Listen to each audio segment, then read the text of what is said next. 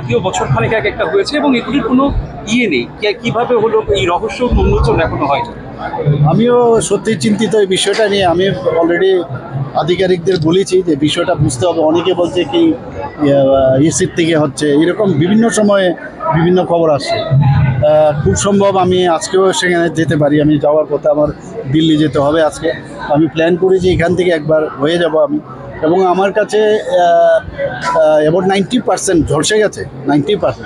তো ফ্যামিলি চাইছে যে অ্যাটলিস্ট কলকাতায় নিয়ে ওরা সেখানে ওরা বলছে নিয়ে যাবে। তো আমাকে কোনো জায়গা থেকে বলেছে যে গেলে যেন ওনারাই সব ব্যবস্থা করে। ও এটা জাস্ট তাহলে আমি জানলাম।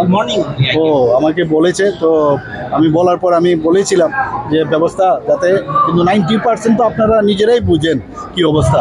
আমি কিন্তু যখন যে আমাকে বলেছিল, আমি সাথে সাথে কালকে রাত্রেই আমি ভাবলাম যে বলি যে ওরা নিয়ে যাবে কলকাতায় পিজি হসপিটালে।